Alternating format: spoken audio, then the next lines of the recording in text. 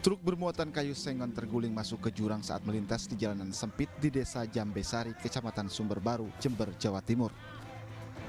Truk melaju dari arah utara ke selatan dengan muatan yang melebihi kapasitas. Warga di sekitar lokasi sempat berusaha mengevakuasi truk dengan cara manual.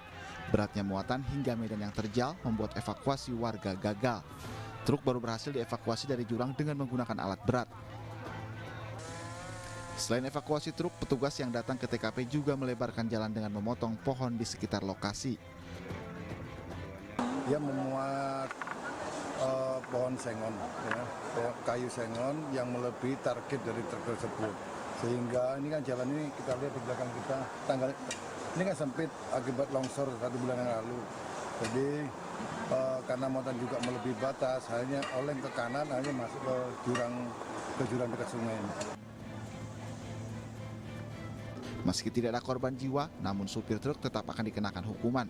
Hukuman diberikan karena supir truk membawa muatan yang melebihi kapasitas. Dari Jember, Jawa Timur, Bambang Sugiarto, iNews melaporkan.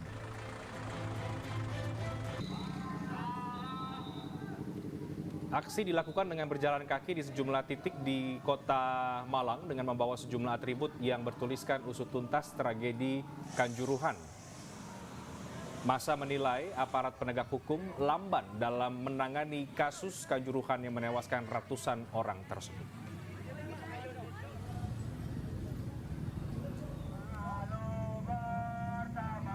Aremania dari beberapa koordinator wilayah sisi utara Kota Malang berkumpul di Jalan Layang Arjosari, Kota Malang. Di lokasi ini massa berorasi serta menggelar berbagai spanduk menuntut keadilan dan kejelasan proses hukum kasus tragedi Kanjuruhan. Aksi massa juga berlangsung di depan kantor Polsek Kedung Kandang. Di lokasi ini mereka menyuarakan tuntutan dan membentangkan spanduk yang dibawa. Meski sempat mengakibatkan kemacetan, arus lalu lintas tidak ditutup lantaran sosialisasi terkait aksi dilakukan 1 minggu sebelumnya.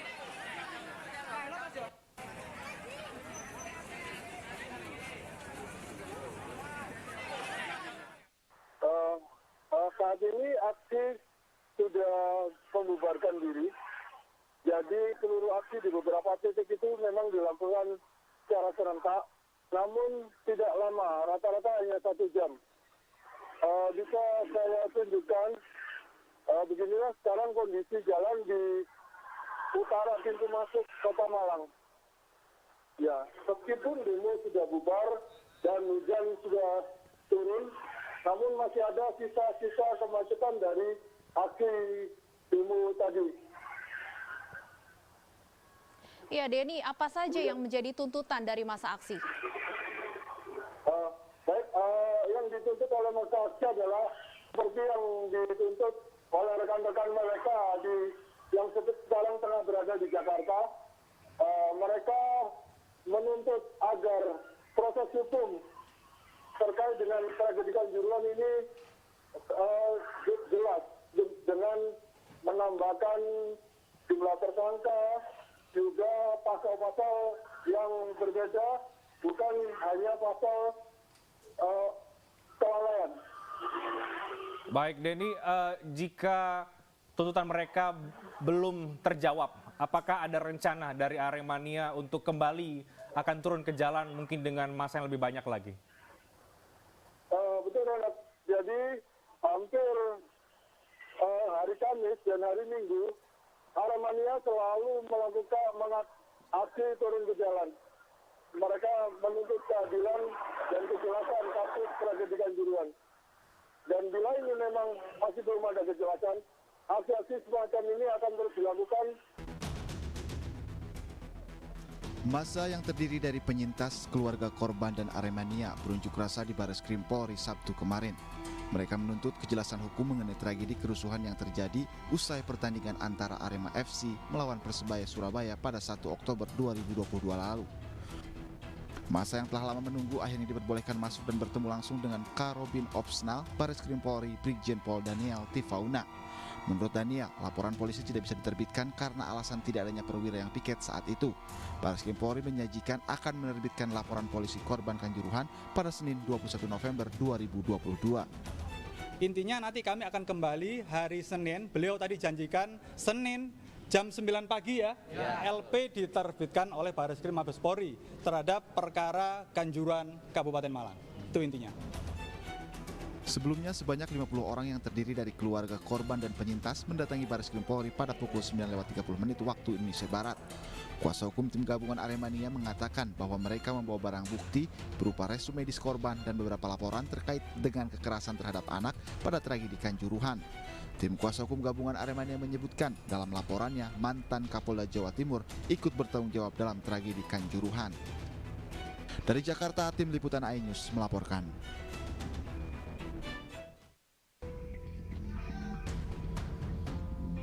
Siti Aisyah Nasution, wanita 29 tahun ini ditetapkan sebagai tersangka penipuan investasi bodong dan pinjaman online. Ratusan mahasiswa IPB yang menjadi korban merugi hingga 2,3 miliar rupiah. Tersangka menggunakan uang hasil penipuan untuk membayar utang, biaya hidup, hingga mobil baru. Atas perbuatannya, tersangka terancam hukuman 4 tahun penjara. Sementara itu, polisi terus menyelidiki dugaan keterlibatan pihak lain yang turut membantu tersangka. Pelaku juga mengiming-imingi keuntungan sebesar 10-15% atas setiap transaksi yang dilakukan oleh para korban melalui toko online yang tersebut. Selanjutnya, dari fakta hukum yang diperoleh oleh penyidik di dalam proses penyidikan, kami sudah menetapkan satu orang tersangka atas nama SAM dengan persangkaan pasal 372 dan 378. Rektor IPB juga telah memanggil ratusan mahasiswanya yang menjadi korban pinjaman online. Pihak kampus mengaku telah berkoordinasi dengan pihak terkait dan telah menyiapkan kuasa hukum untuk mengusut kasus ini. Nah, mengenai proses untuk hukumnya, saat ini sedang disiapkan kuasa hukum ya untuk yang akan mewakili adik-adik mahasiswa untuk memproses selanjutnya. Karena memang kalau tidak dengan kuasa hukum tentunya nanti jadi tidak terkoordinir dengan baik. Jadi ini sekarang prosesnya sedang penyiapan data supaya nanti kuasa hukum yang kami tunjuk bisa. Sebelumnya diberitakan ratusan mahasiswa IPB menjadi korban penipuan pinjaman online. Kasus ini bermula dari tawaran kerjasama dengan iming-iming bagi hasil sebesar 10% yang dilakukan tersangka dengan menggelar seminar. Namun keuntungan itu diberikan dengan syarat korban harus mengajukan pinjaman online terlebih dahulu. Alih-alih mendapat keuntungan, para korban justru dihadapkan dengan tagihan pinjol hingga dikejar-kejar oleh debt collector. Dari Bogor, Jawa Barat, tim liputan iNews melaporkan.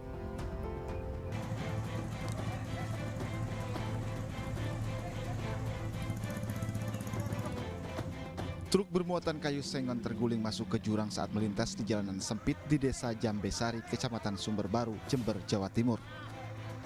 Truk melaju dari arah utara ke selatan dengan muatan yang melebihi kapasitas. Warga di sekitar lokasi sempat berusaha mengevakuasi truk dengan cara manual. Beratnya muatan hingga medan yang terjal membuat evakuasi warga gagal. Truk baru berhasil dievakuasi dari jurang dengan menggunakan alat berat. Selain evakuasi truk, petugas yang datang ke TKP juga melebarkan jalan dengan memotong pohon di sekitar lokasi. Dia memuat pohon sengon, kayu sengon yang melebihi target dari truk tersebut. Sehingga ini kan jalan ini kita lihat di belakang kita, ini kan sempit akibat longsor 1 bulan yang lalu. Jadi karena muatan juga melebihi batas, hanya oleng ke kanan, hanya masuk ke jurang dekat sungai ini. Meski tidak ada korban jiwa, namun supir truk tetap akan dikenakan hukuman. Hukuman diberikan karena supir truk membawa muatan yang melebihi kapasitas. Dari Jember, Jawa Timur, Bambang Sugiarto, iNews melaporkan.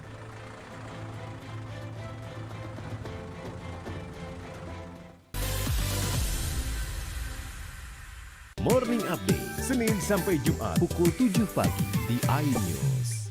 Isi akhir pekanmu dengan nasihat kehidupan bersama ustadz-ustadz ternama jazauhu inda rabbihim. ala wahnin wa fisaluhu fi Kalau kalian benar-benar cinta kepada Allah, ikuti Syarat aku. manfaat dan inspirasi. wajadilhum billati hiya ahsan. Insya Allah dakwah akan tercapai. Allah tuh laknat orang-orang laki-laki yang nyerupai perempuan apalagi pindah kelamin. Cahaya Hati Indonesia, Sabtu dan Minggu pukul 12 siang di iNews. Kalau kita nih beda, kita nongkrongnya di restoran yang sudah berjualan setengah abad. Penasaran? Penasaran? Rasanya unik dan maknyes. Kita uak-uak ame daun-daunnya, daging ikannya. Kelaparan bikin kamu makin lapar. Senin sampai Jumat pukul 8 pagi hanya di iNews. Kompilasi seputar keunikan, keajaiban, dan hal-hal menarik di berbagai belahan dunia. Tahukah Anda jika di bumi ini banyak jenis hewan yang masih misterius? Sebuah kawas secara tiba-tiba muncul di wilayah semenanjung Yamal Peninsula. Inilah kucing berkaki hitam yang hidup di 3 negara di Afrika. Lucu namun mematikan. OMG, setiap hari pukul 19.45 di iNews. Warung kopi WP Gon di pertokoan Gempol 9 di samping Jalan Raya Malang, Surabaya dipasangi garis polisi usai digerebek tim Jatanras Polda Jawa Timur. 18 wanita dari wilayah Jawa Timur dan sekitarnya ditemukan disekap dalam warung dan diduga akan dijual ke lokasi PSK Tretes dengan tarif 500 hingga 700 ribu sekali kencan. Saat ini 18 wanita diamankan ke Mapolda Jawa Timur untuk dimintai keterangan, sementara mucikarinya masih menjadi buronan polisi. Saya tidak tahu kebenarannya, tetapi katanya ada penggerebekan dari Polda. Yang digerebek ini PSK? Iya. 18 orang? Iya. Warga jadi tidak tahu itu? Tidak tahu. Ini semuanya ini memang kalau malam jualan apa? Kopi? Sepertinya kopi.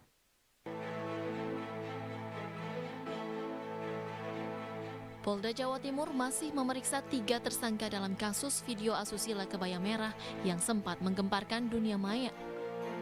Dari pemeriksaan itu terungkap dugaan pemeran wanita berinisial AH memiliki kepribadian ganda.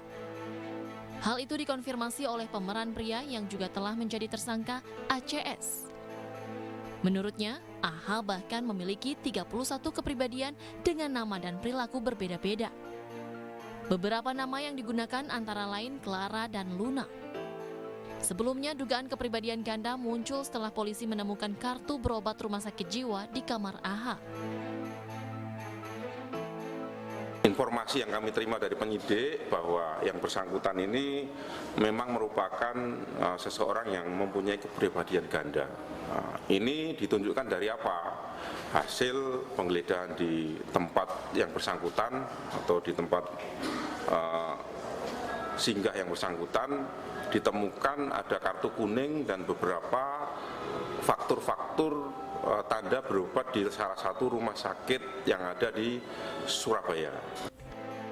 Untuk memastikan dugaan kepribadian ganda AH, polisi masih menunggu hasil tes kejiwaan dari Rumah Sakit Bayangkara, Surabaya, Jawa Timur.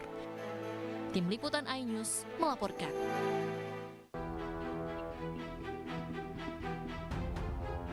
Polisi telah mengamankan 6 pelajar dalam kasus penganiayaan seorang lansia yang videonya viral di media sosial. Dalam video yang beredar luas, 6 remaja menepi ke pinggir jalan menghampiri seorang nenek. Salah seorang remaja kemudian menendang nenek itu hingga terjungkal. Remaja penendang lalu menaiki motor dan meninggalkan korban sambil tertawa.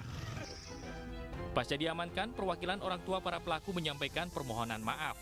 Permintaan maaf itu disampaikan di salah satu kantor desa dengan disaksikan oleh pihak kepolisian dan perangkat desa. Namun perwakilan orang tua tersebut enggan menyebutkan identitasnya. Kami, orang tua dari anak-anak kami yang telah menyalahi ataupun membuat resah, kami sangat menyesal atas perbuatan anak kami dan kami meminta maaf yang sebesar-besarnya kepada pihak yang dirugikan ataupun masyarakat umum kami sangat menyesal perbuatan anak kami ini. Mudah-mudahan agar tidak terulang lagi. Kasus remaja tendang turut mendapat sorotan dari Menko Polhukam Mahfud MD. Melalui akun Twitternya, Mahfud meminta Polri turun tangan mengusut kasus ini. Diketahui para pelaku merupakan pelajar salah satu SMK di Tapanuli Selatan, Sumatera Utara. Mereka duduk di kelas 11 dengan usia 15 hingga 16 tahun. Tim Liputan iNews melaporkan. Dari kasus video viral remaja di Kabupaten Tapanuli Selatan, tadi pagi sekitar jam 10 waktu Indonesia Barat, kami melaksanakan gelar perkara terkait dengan tindak lanjut penanganan perkara tersebut. Dari hasil gelar perkara kami memutuskan dari fakta-fakta yang terjadi dan saksi-saksi yang sudah kami mintai keterangan tadi malam sampai dengan tadi pagi, kami memutuskan untuk dinaikkan dari lidik menjadi sidik. Jadi saat ini kami sudah naikkan status dalam perkara ini menjadi dalam penyidikan. Oke, baik. Pak Zamroni, apakah seluruh siswa ya yang ada di video ini akan menjadi tersangka karena sudah naik menjadi penyidikan, dan ancaman hukumannya apa ini, Pak? Terkait dengan para pelaku atau remaja yang ada dalam video, saat ini statusnya masih sebagai saksi, karena tadi malam kami pemeriksaan baru didampingi orang tua dan kepala desa, sehingga kami belum menentukan tersangka, karena sesuai dengan penanganan pelaku anak, kami harus didampingi dengan Bapas, dan kami sudah berkoordinasi dengan staf Bapas di Bulga, baru bisa dilaksanakan pendampingan pada hari Selasa, tanggal 22 November 2022. Sampai saat ini seluruhnya masih sebagai saksi, dan terkait dengan kami naikkan penyidikan, kami sangkakan dengan pasal 351 dan atau 352. Hal ini kami masih menunggu terkait dengan hasil visum yang masih dalam proses di Rumah Sakit Daerah Padang Sidempuan. Demikian, Bang. Apa sebenarnya motif para terduga pelaku ini menganiaya korban, Pak? Jadi pada hasil pemeriksaan tadi malam yang kami laksanakan, motif awalnya adalah iseng. Jadi kalau bisa dilihat dari video, pengendara sepeda motor yang dekat dengan korban itu berawal akan memberikan sepotong atau rokok. Jadi sebatang rokok yang akan diberikan kepada korban, karena korban ini sudah lama bertinggal di Kecamatan Angkola Timur yang berpindah-pindah, dan diketahui oleh khalayak rame bahwa korban suka diberikan sebatang rokok. Jadi berawal dari keisengan tersebut, salah satu dari para remaja mengabadikan dengan memvideo, namun tidak disangka-sangka ada salah satu dari para pelaku yang lari melaksanakan penganiayaan. Demikian, Pak. Oke, karena saksi ya, statusnya masih saksi nih, Pak Zamroni, di bawah umur tadi juga Anda katakan. Artinya ada kemungkinan ini akan diselesaikan atau seperti apa ini, Pak? Apakah ini mungkin memang akan naik menjadi tersangka statusnya, atau karena di bawah umur ada pertimbangan hukum yang lain? Jadi untuk saat ini kami penanganannya masih sesuai dengan ketentuan yang ada. Dalam hal ini adalah kami sebagai saksi, dan dalam hal ini sudah naik dalam proses penyidikan. Nanti pada hari Senin dijanjikan oleh dokter yang memeriksa akan mengeluarkan terkait dengan hasil visum. Pada saat hasil visum yang kami terima, kami pelajari dan kami laksanakan pemeriksaan lanjutan untuk bisa menjadi alat bukti, maka kita bisa menentukan sangkaan pasal mana yang tepat untuk terkait dengan para pelaku. Dan pada hari Selasa, setelah kami laksanakan pemeriksaan dengan pendampingan Bapak, nanti bisa kami tentukan apakah yang bersangkutan bisa naik menjadi tersangka ataupun tidak. Demikian, Bang. Zamroni, dari hasil pemeriksaan, apakah aksi ini memang sudah direncanakan sebelumnya? Karena melihat rekan korban ini sepertinya sudah siap merekam peristiwa ini. Jadi untuk direncanakan untuk ada penganiayaan tidak ada. Jadi direncanakan atau spontanitas karena niat mau memberikan sebatang rokok. Namun tidak disangka-sangka akan adanya salah satu dari remaja tersebut melakukan penganiayaan. Oke, jadi motifnya memang iseng ya, sejauh yang didalami oleh kepolisian dari Polres Tapanuli Selatan. Pak Kapolres, kondisi nenek yang mengalami kekerasan ini seperti apa sekarang? Jadi untuk kondisi, kebetulan alhamdulillah kami sudah temukan korban yang masih berada di daerah Angkola Timur. Tadi pagi kami bawa ke kantor Polres Tapanuli Selatan dan kami bawa juga ke rumah sakit daerah Padang Sidempuan untuk dilakukan pemeriksaan kesehatan, baik secara fisik maupun sesuai dengan proseduran visum et repertum. Secara penyampaian lisan, secara fisik dinyatakan sehat, tensi juga dalam kondisi normal, dan makan tadi pagi juga lahap, karena kami tadi siapkan untuk sarapan pagi bagi korban. Dan kebetulan setelah kami laksanakan pemeriksaan, untuk korban ini tidak bisa memberikan keterangan yang pasti, selalu berganti-ganti terkait dengan identitasnya maupun yang lain. Sehingga kami melakukan upaya untuk mencari identifikasi melalui peralatan yang ada, melalui sidik jari maupun retina yang ada kami miliki, dan kami dapatkan data identitas dari korban atas nama Leni Sarakih yang beralamatkan di Simalungun atau Siantar. Dan kami mencoba menghubungi dari pihak keluarga sesuai dengan alamat yang kami dapat. Bersama-sama kami melaksanakan koordinasi dengan Dinas Sosial Kabupaten Tapun Selatan. Kami sudah terhubung dengan kakak kandung dari korban. Dinyatakan memang korban ini mengalami gangguan jiwa yang pada waktu bersama hidup dengan keluarga melaksanakan rawat jalan. Akan tetapi setelah 3 tahun yang silam, korban meninggalkan rumah dan baru ketahuan pada hari kemarin. Kompilasi seputar keunikan, keajaiban, dan hal-hal menarik di berbagai belahan dunia. Tahukah Anda jika di bumi ini banyak jenis hewan yang masih misterius? Sebuah kawas secara tiba-tiba muncul di wilayah semenanjung Yamal Peninsula. Inilah kucing berkaki hitam yang hidup di 3 negara di Afrika. Lucu namun mematikan. OMG, setiap hari pukul 19.45 di iNews.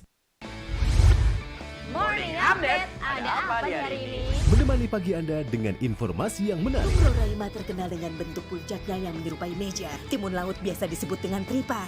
Bersama bintang tamu yang inspiratif. Ini di atas lutut kiri, inhale angkat tangannya ke atas.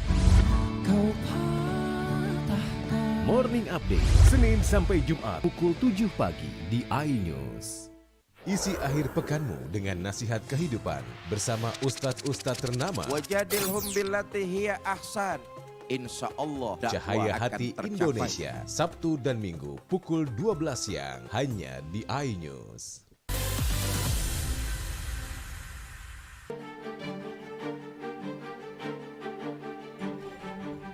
Aksi perundungan dilakukan di ruang kelas pada Kamis 17 November 2022 saat jam pelajaran berlangsung. Saat itu guru yang mengajar keluar kelas karena ada keperluan. Siswa di kelas itu lalu menggelar permainan dengan menggunakan helm yang awalnya hanya permainan mencolek dengan tangan. Namun kemudian ada yang menendang hingga korban terjatuh. Pihak sekolah pun menyayangkan dan mengecam peristiwa tersebut terjadi. Semua tindakan kekerasan di dalam sekolah sudah dilarang dan tidak boleh dilakukan. Pihak sekolah pun akan terus melakukan evaluasi agar peristiwa tersebut tidak kembali terulang. Sementara korban sudah mendapatkan perawatan di rumah sakit untuk divisum Jumat kemarin. Misalkan kejadian ini dan tentu menjadi evaluasi bagi kami untuk lebih ketat lagi dalam penanganan pembelajaran di sekolah kami di sini. Kami sudah memediasi kedua keluarga, baik itu keluarga korban ataupun keluarga pelaku, dan alhamdulillah kita berjalan dengan baik secara kekeluargaan. Asal memang kita memberikan peringatan kepada si pelaku untuk tidak mengulangi lagi, dan keluarga korban pun menerima asal memang tidak akan mengulangi lagi. Ya, mudah-mudahan saja menjadi baik ke depannya. Sementara itu, pihak keluarga korban telah melaporkan pelaku ke pihak kepolisian sektor Ujung Berung, Bandung, Jawa Barat. Polisi juga telah memeriksa pelaku dan 6 orang saksi yang ada di lokasi saat kejadian. Saksi-saksi lain, rekan-rekan korban termasuk yang diduga pelaku sudah kita minta keterangan, kita amankan, termasuk pelaku kita amankan di Polsek untuk membuat terang perkara. Selain itu, kasus dugaan penganiayaan juga terjadi di lingkungan perguruan tinggi ilmu kepolisian di Jakarta Selatan. Pelakunya adalah seorang remaja diduga merupakan anak seorang anggota Polri berpangkat komisaris besar, sementara korban yakni anak di bawah umur yang berusia 16 tahun. Olah TKP telah dilakukan guna mengetahui kronologis kejadian. Dari hasil pemeriksaan, peristiwa ini terjadi karena adanya rebutan topi, hingga akhirnya terduga pelaku menganiaya korban. 5 saksi telah dimintai keterangan untuk mengungkap kasus ini. Kronologisnya keduanya adalah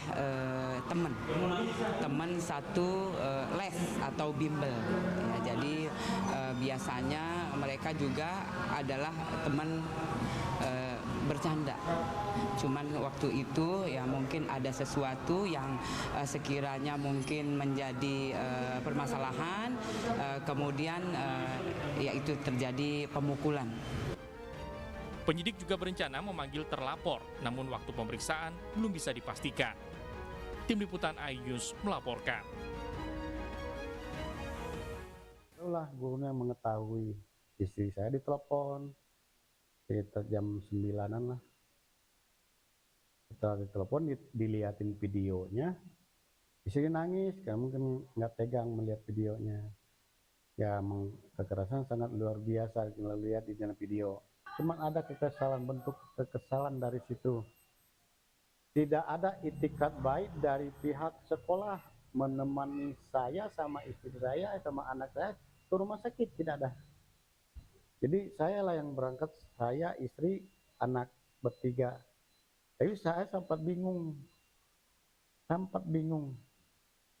Baik kemana iya? Memang sanksi yang saya kasih, yang saya ajukan ke Kapolda Solo kan 2. Yang pertama, anak ini diberhentikan. Terus yang keduanya, anak saya kalau ini tidak dipakai, anak saya tarik. Saya akan lanjut kasusnya, kan gitu. Tapi karena mungkin kepala sekolah itu sahabat saya, beliau mengasih saran, ambil tengah-tengah bagaimana kalau anak ini kita rumahkan aja, tidak boleh sekolah. Tapi dengan pendidikan terus, karena tinggal 4 bulan lagi untuk kelas 3, kelas 9 ini. Tinggal pulma kan kasihan juga. Walaupun saya, dia kan melihat anak saya kan tidak kasihan. Saya punya hati sebenarnya. Saya kasihan ya silakan saya kasih, oke. Tapi belum saya tanda tangan nih. Dianggap belum beres itu kan. Masalahnya kan pertanggungjawaban sekolah ke anak saya.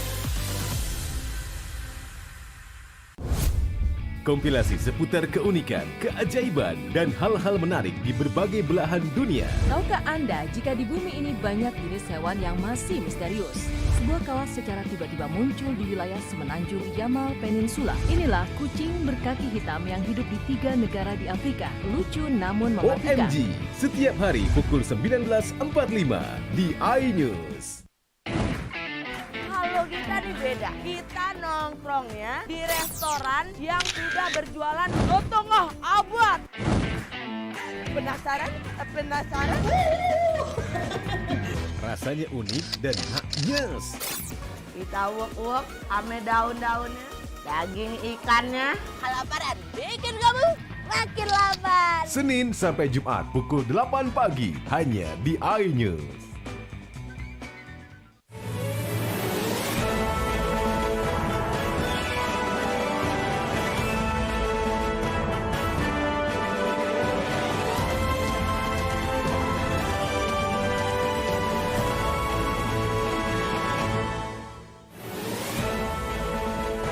Pemirsa, jelang Pilpres, relawan Ganjar dan Anies mulai bersosialisasi.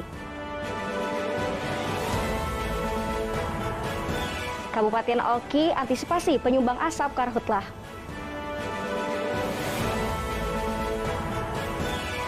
sedapnya mie kangkung bakso.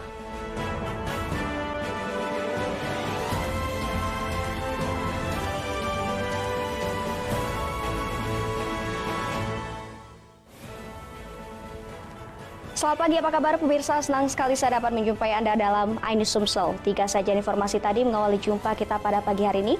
Beragam informasi menarik lainnya kami siapkan untuk Anda. Bersama saya, Salwatu Sadia, inilah iNews Sumsel selengkapnya.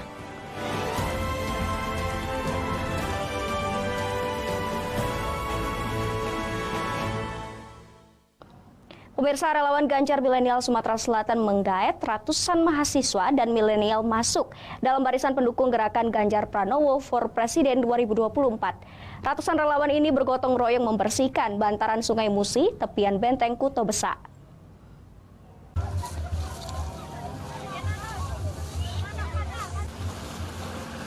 Ratusan anak muda yang tergabung dalam relawan Ganjar Milenial Center Sumatera Selatan melakukan aksi gotong royong membersihkan bantaran Sungai Musi, tepian Benteng Kuto Besak Palembang Minggu pagi kemarin. Terinspirasi figur Ganjar Pranowo, relawan Ganjar Milenial Sumatera Selatan ini menggaet ratusan mahasiswa dan milenial masuk dalam barisan pendukung gerakan Ganjar Pranowo for Presiden 2024. Gerakan bakti sosial ini mereka namakan saatnya kolaborasi, gerakan milenial jaga kebersihan dan wujudkan ketahanan pangan masyarakat. Ratusan anak muda ini bergotong royong membersihkan sampah-sampah di area bersejarah cagar budaya Benteng Kuto Besak, bantaran Sungai Musi dan pelataran Benteng Kuto Besak. Aksi bakti sosial tersebut juga menyasar rumah ibadah seperti masjid di area Ponpes Tadabbur Al-Quran, Kelurahan Sukajaya, Kecamatan Sukarame, Palembang, dan mereka juga menyumbangkan sejumlah alat kebersihan untuk pengurus tempat ibadah tersebut. Jadi kami terinspirasi dari sosok Ayah Ganjar yang kemudian memang beliau selalu menggaungkan terkait jaga kebersihan, gotong royong, kemudian juga beliau selalu mengedepankan tentang program ketahanan pangan khususnya Jawa Tengah. Pada kesempatan ini kami menjaga kebersihan, kami bersih-bersih sampah di tempat yang bersejarah, tempat yang menjadi cagar budayanya Sumatera Selatan khususnya di Kota Palembang. Selain melakukan bakti sosial gotong royong, relawan ini juga membagikan bantuan makanan kepada sejumlah masyarakat dan petugas kebersihan. Sebagai aksi solidaritas, relawan Ganjar ini juga melakukan konvoi motor keliling Kota Palembang untuk mensosialisasikan Ganjar Pranowo sebagai figur calon presiden pilihan rakyat tahun 2024 mendatang. Dari Palembang, Muhammad Riza Falevi, iNews melaporkan. Selain itu juga pemirsa, ribuan pendukung Anies Baswedan for Presiden memenuhi komplek olahraga Jakabaring Sport City Palembang. Meski tanpa kehadiran Anies, antusias ribuan masyarakat tetap mengikuti senam restorasi Minggu pagi. Masyarakat mendukung penuh mantan Gubernur DKI tersebut berlaga dalam ajang Pilpres 2024.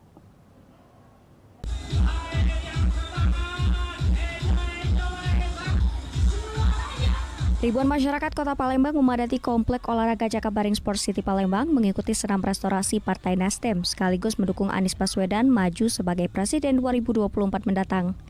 Meski tanpa kehadiran Anies Baswedan, antusias ribuan masyarakat tetap semarak menari dan berjoget menyemarakan perhelatan yang pesta akbar yang dihadiri oleh langsung Ketua Umum Partai Nasdem Surya Paloh. Menurut warga, figur Anies Baswedan sepadan dengan kebutuhan Indonesia saat ini. Anies Baswedan mampu berkomunikasi kepada siapa saja, kelompok mana saja, baik para ulama, para akademisi, dan para kelompok elit politik. Hal tersebut terbukti dalam keharmonisan Anies saat memimpin ibu kota bersama partai politik di Legislatif DKI Jakarta. Mantan Gubernur DKI Jakarta ini memiliki karismatik, tutur bahasa, dan memiliki latar belakang pendidikan, serta kepiawaian dalam berkomunikasi baik dalam tingkatan nasional maupun internasional. Ini acara rakyat ulang tahun dari Nasdem, di mana Nasdem adalah Anies. Saat ini Nasdem adalah Anies, kami support Anies. Kami bermaksud ingin memeriahkan acara ini supaya rakyat tahu bahwa Anies Baswedan didukung oleh Nasdem. Benar-benar luar biasa. Animo masyarakat untuk Nasdem, untuk Pak Anies nggak bisa dibendung. Palembang mendukung Anies ini. Anies itu seperti apa, Pak? Anies adalah pemimpin masa depan, pemimpin yang amanah, pemimpin yang bisa dijadikan dengan kondisi sekarang, maka diharapkan Anies adalah penyelesaian masalah. Dalam pidato singkatnya, Ketua Umum Partai Nasdem Surya Paloh juga menekankan dan mengajak masyarakat Sumatera Selatan untuk mendukung Herman Deru melanjutkan pembangunan dan mensosialisasikan Anies Baswedan kepada masyarakat Sumatera Selatan sebagai Presiden 2024 mendatang, melanjutkan tongkat kepemimpinan Presiden Joko Widodo. Dari Palembang, Muhammad Riza Falevi, iNews melaporkan. Pemirsa, Kabupaten Oki, Sumatera Selatan pada tahun 2015 pernah menjadi kabupaten penyumbang asap terbesar Karhutlah. Untuk itu, Komandan Pusat Teritorial Angkatan Darat pun tinjau langsung latihan penanganan bencana Karhutlah agar lebih serius.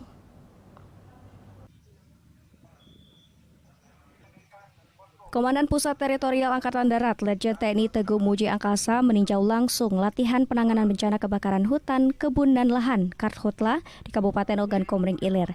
Pasalnya, Kabupaten Ogan Komering Ilir pada tahun 2015 yang lalu merupakan kabupaten penyumbang asap terbesar di Indonesia.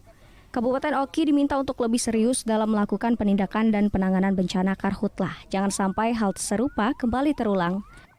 Kerjasama yang baik melibatkan semua pihak sangat penting, termasuk pencegahan Karhutlah sejak dini sangat perlu ditekankan. Kemudian sosialisasi kepada masyarakat akan dampak Karhutlah serta penegakan hukum bagi pelaku Karhutlah juga harus tegas. Selain itu, Kabupaten Ogan Komering Ilir juga harus melakukan berbagai pembenahan seperti alat komunikasi dan sarana-prasarana yang membutuhkan perawatan. Oki ini menjadi salah satu penyumbang asap juga terbesar saat itu di tahun 2015, sehingga penanganan, penindakan harus bisa lebih serius. Itulah makanya kita lakukan latihan ini. Yang paling penting dilakukan di latihan ini adalah bagaimana masing-masing instansi atau stakeholder terkait saling bekerja sama. Siapa berbuat apa itu harus bisa. Tentunya dikomandoi oleh dari Pemda, dalam hal ini Pak Bupati, sebagai leading dari kegiatan penanganan. Diingatkan Dan Pustra yang paling penting dilakukan dalam penanganan Karhutlah yakni bagaimana masing-masing instansi saling bekerja sama. Siapa dan berbuat apa yang dikomandoi Bupati sebagai leading sektor. Dari Ogan Komering Ilir, Fitriadi, iNews melaporkan. Pemirsa, 6 Poltekpar berlaga di Poparnas 2022. Saksikan informasi selengkapnya sesaat lagi.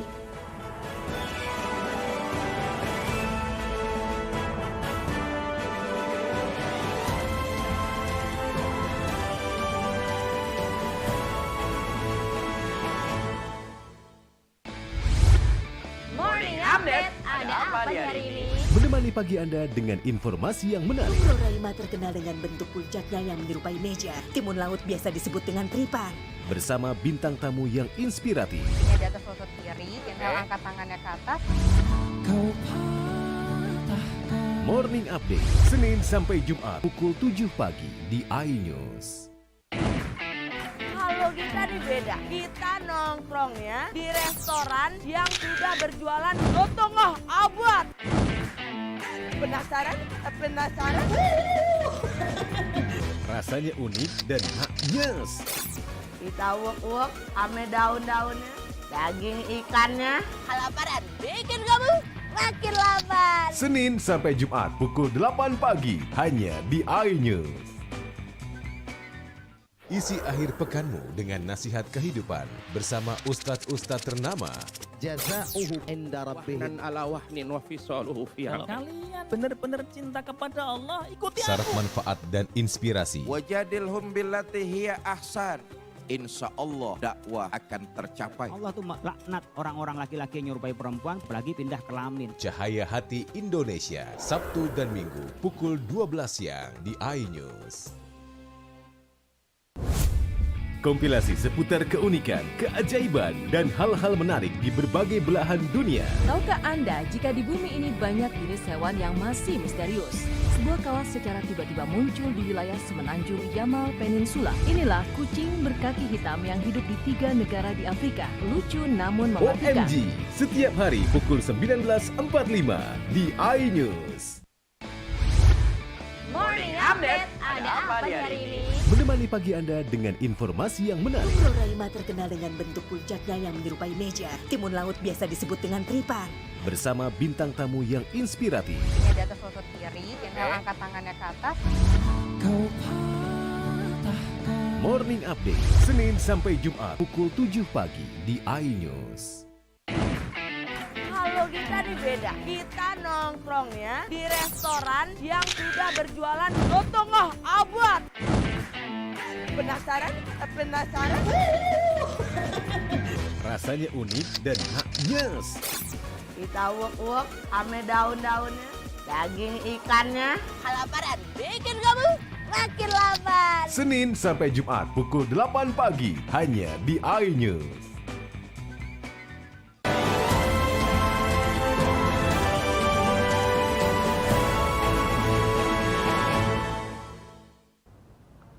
Terima kasih pemirsa, Anda masih bersama kami. Palembang sebagai Sport Tourism Center, Menteri Pariwisata dan Ekonomi Kreatif Sandiaga Salahuddin Uno membuka Pekan Olahraga Pariwisata Nasional pertama 2022 di Palembang. Peparnas ini melibatkan sekitar 358 atlet berasal dari 6 Poltekpar dari seluruh Indonesia.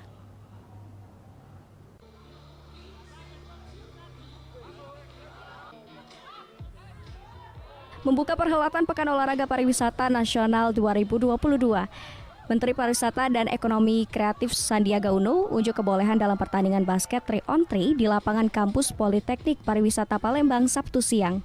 Pekan Olahraga Pariwisata Nasional 2022 melibatkan sekitar 358 peserta pertandingan berasal dari 6 perguruan tinggi negeri pariwisata di bawah naungan Kemenparekraf, Dinas Pariwisata dan kampus negeri maupun swasta yang memiliki jurusan atau program studi kepariwisataan di Indonesia. 6 cabang olahraga utama dipertandingkan untuk merebut Piala Menparekraf antara lain basket 3-on-3, tenis meja, bulu tangkis, futsal, pencaksilat, serta olahraga e-sport dengan menggunakan sejumlah venue di Komplek Olahraga Jakabaring Sport City Palembang. Palembang yang ditetapkan sebagai kota Sport Tourism Center Excellence agar menjadikan event olahraga sebagai upaya dalam meningkatkan perekonomian masyarakat sekaligus sebagai ajang silaturahmi, pembinaan dan memeriahkan aktivitas pariwisata di Indonesia. Semuanya tentunya harus mendukung sports tourism dan harus mengusung enjoyment, harus mengusung experience dan juga gaya hidup sehat. Karena ada 2,3 juta lapangan kerja di sektor health tourism dan ini bisa kita ambil potensi ini sebagai bagian daripada kebangkitan pariwisata kita di tengah-tengah ancaman resesi. Tujuannya sebenarnya adalah untuk bersilaturahmi ya, menghidupkan event olahraga di mana memang kita ini di Palembang ditetapkan oleh Menteri sebagai Sports Tourism Center of Excellence. Jadi yang kita kaji di sini adalah pengembangan event olahraga, termasuk jurusan-jurusan yang ada di kampus ini. Peparnas juga melibatkan sejumlah UMKM yang ada di Palembang pada kegiatan Sport Tourism Festival sebagai side event. Setidaknya ada sekitar 23 UMKM yang ikut bergabung untuk memeriahkan Peparnas perdana tahun 2022 kali ini. Bahkan tahun 2023 mendatang Poltekpar Palembang masih tunjuk sebagai tuan rumah pelaksanaan Peparnas 2023. Dari Palembang, Muhammad Riza Falevi, iNews melaporkan. Pemirsa, pemerintah Kota Pagar Alam melakukan penyusunan revisi tata ruang wilayah guna untuk pembangunan Kota Pagar Alam agar nantinya pembangunan yang dilakukan tidak terkendala aturan atau perda yang mengatur tata ruang wilayah di Kota Pagar Alam.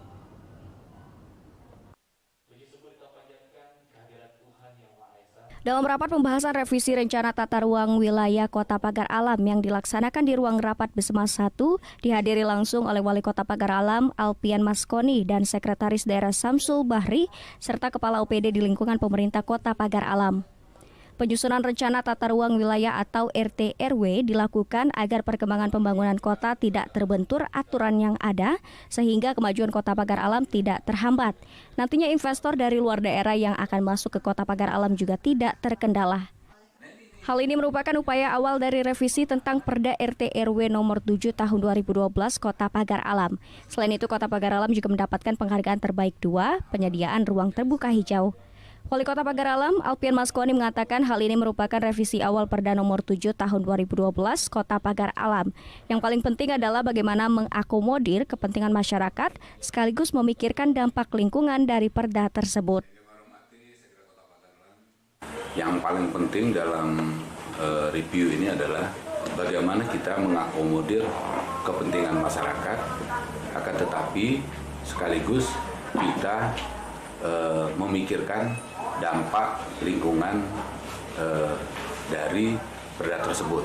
Nah, untuk itu saya minta di dalam review ini untuk melihat mana yang paling prioritas, yang paling penting untuk segera kita tindak lanjuti. Kabid Tata Ruang Titi Merianti mengatakan dari penghargaan yang diraih di Hari Tata Ruang Nasional sebagai nomor 2 kota terbaik dengan target 1.200 hektar ruang terbuka hijau. Saat ini Kota Pagar Alam sudah mencapai 860 hektar ruang terbuka hijau. Terkait penghargaan itu di Hari Tata Ruang Nasional 2022, Kementerian ATR BPN memberikan Kota Pagar Alam sebagai nomor 2 kota kabupaten terbaik dalam komitmen penyediaan ruang terbuka hijau di Kota Pagar Alam. Saat ini Kota Pagar Alam target itu di 1.200 hektar dan saat ini kita sudah mengidentifikasi di 868 hektar ruang terbuka hijau. Dari Pagar Alam, Yudi Faifman, iNews melaporkan. Selain itu pemirsa, hingga saat ini Kabupaten Ogan Komering Ilir dinyatakan bebas dari penyakit gagal ginjal akut anak yang meresahkan. Namun masyarakat diminta untuk tetap waspada, segera bawa ke rumah sakit jika anak mengalami gejalanya.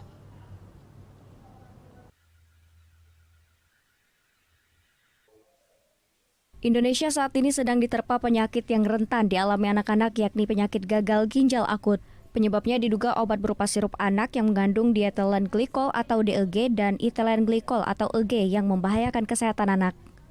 Namun sejauh ini di Kabupaten Oki dinyatakan bebas penyakit gagal ginjal. Hingga saat ini belum ada pasien yang terjangkit ataupun ditangani di Rumah Sakit Umum Daerah Kayu Agung. Namun masyarakat dihimbau untuk tetap waspada dan segera membawa anaknya jika mengalami gejala. Adapun salah satu gejalanya yakni jika urin anak dalam jangka waktu 24 jam itu sedikit atau dalam waktu 12 jam tidak ada sama sekali. Maka segeralah membawa anak ke pusat kesehatan seperti rumah sakit atau dokter spesialis anak. Penyakit ini jika tidak segera ditangani akan sangat berbahaya karena mortalitasnya dan progresivitasnya juga sangat tinggi sehingga dapat menyebabkan kematian. Masyarakat harus bisa mengetahui gejala awal yang dialami oleh anak-anak. Belum ada ya kita temukan penyakit gagal ginjal akut pada anak yang dikarenakan isu yang beredar yang dikarenakan obat-obat sirup. Bawa ya kepada masyarakat bahwa jika ditemukan tanda-tanda gagal ginjal akut pada anak, misalnya urin anak yang dalam 24 jam itu sedikit atau dalam 12 jam itu tidak ada sama sekali, harap ke pusat layanan kesehatan seperti. Peredaran obat-obatan berupa sirup anak yang dinilai membahayakan kesehatan anak juga telah dilarang dan dihentikan di Kabupaten Ogan Komering Ilir. Dari Ogan Komering Ilir, Fitriadi, iNews melaporkan. Pemirsa, sedapnya mie kangkung bakso. Saksikan informasi selengkapnya sesaat lagi.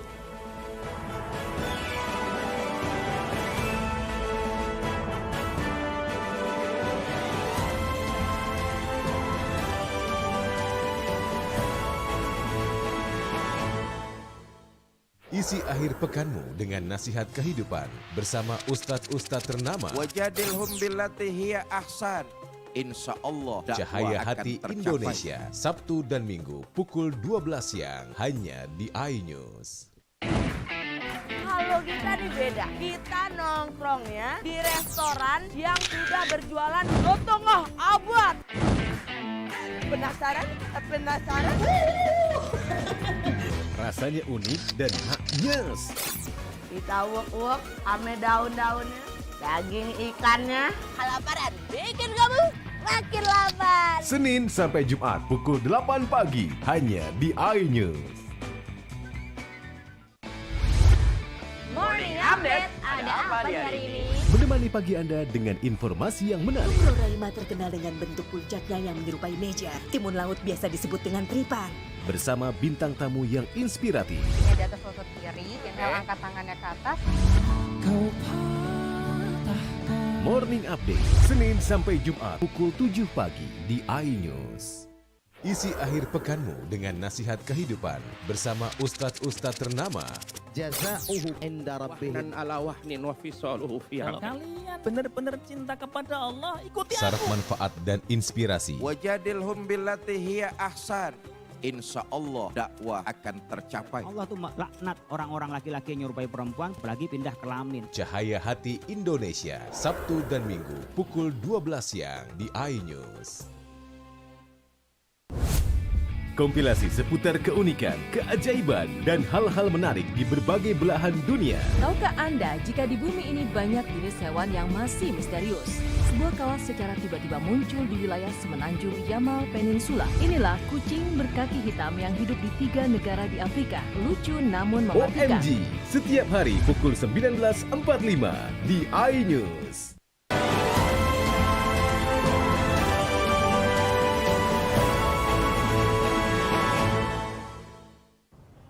Terima kasih pemirsa Anda masih bersama kami. Ratusan anak dari masing-masing kelompok umur 10 dan 12 tahun ambil bagian dalam Garuda Cup yang digelar di Stadion Baseball Jakabaring Sport City Palembang. Dengan mengusung semangat Piala Dunia Qatar 2022, mereka pun meretas mimpi menjadi pemain sepak bola andalan Indonesia.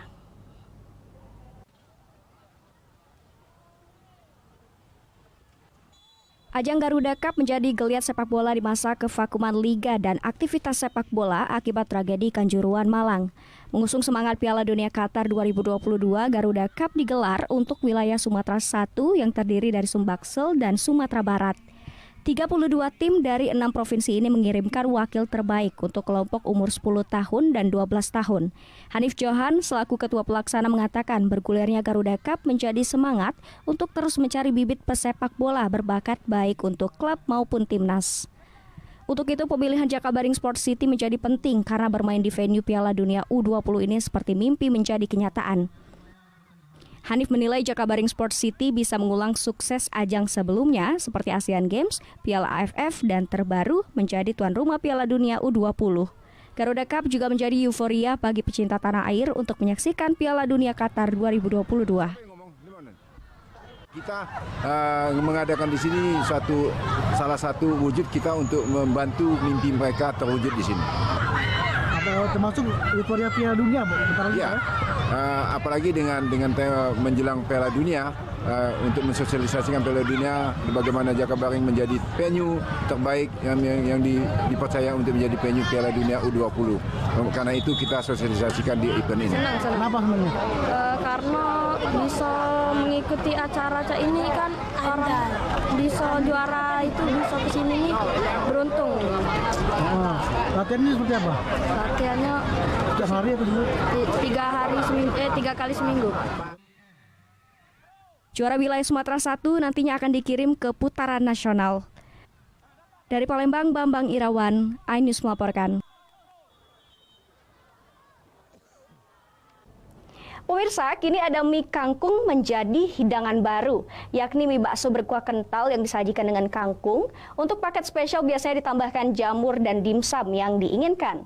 Kelezatan rasa kuliner menjadi primadona bagi penggemar bakso. Berikut liputannya untuk Anda.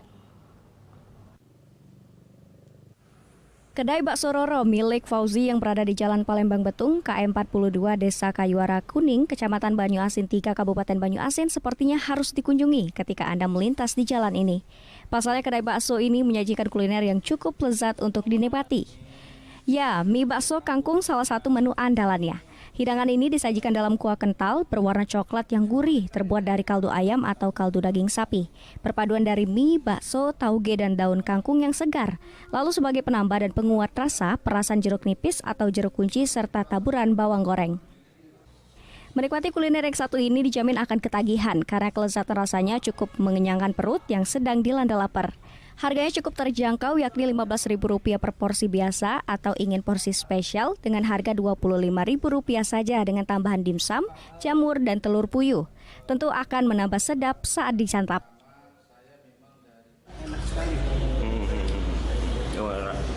Ciri khas dari mie kangkung ini pada saat dimakan mie-nya masih klenis-klenis kayak gitu. Masih terasa klenis-klenis dan enak sekali. Harga? Untuk harga cukup lumayan sih, di varian 15.000 sampai 18.000. Apalagi dia ditambah pangsit. Pangsit goreng itu sangat enak sekali jadi. Awal karena saya juga dari 2013 itu sudah menanam kangkung itu secara aquaponik. Alhamdulillah sekarang kita inovasikan dengan varian baru yaitu dengan mie kangkung dimsum.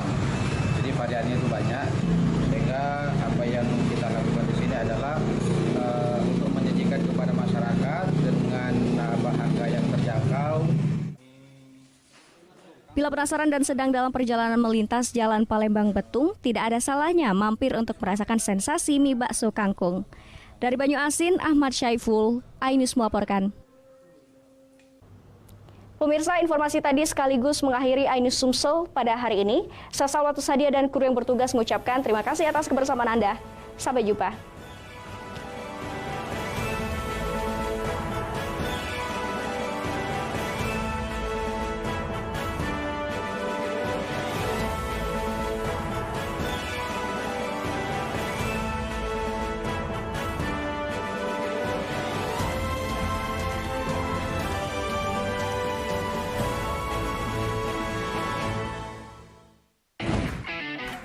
Kita nih beda, kita nongkrongnya di restoran yang sudah berjualan lotongoh abad.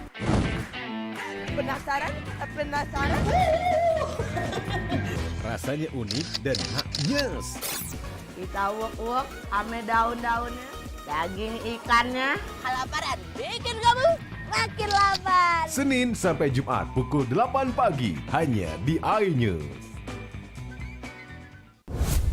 Kompilasi seputar keunikan, keajaiban, dan hal-hal menarik di berbagai belahan dunia. Tahukah Anda jika di bumi ini banyak jenis hewan yang masih misterius? Sebuah kawah secara tiba-tiba muncul di wilayah semenanjung Yamal Peninsula. Inilah kucing berkaki hitam yang hidup di 3 negara di Afrika. Lucu namun mematikan. OMG, setiap hari pukul 19.45 di iNews. Isi akhir pekanmu dengan nasihat kehidupan bersama ustadz-ustadz ternama. Wajadilhum billati hiya ahsan. Insyaallah Cahaya Hati Indonesia, Sabtu dan Minggu pukul 12 siang hanya di iNews. Morning Update, ada apa di hari ini? Menemani pagi Anda dengan informasi yang menarik. Pulau Raima terkenal dengan bentuk puncaknya yang menyerupai meja. Timun laut biasa disebut dengan tripan. Bersama bintang tamu yang inspiratif. Ini di atas lutut kiri, inhale angkat tangannya ke atas. Morning Update, Senin sampai Jumat pukul 7 pagi di iNews.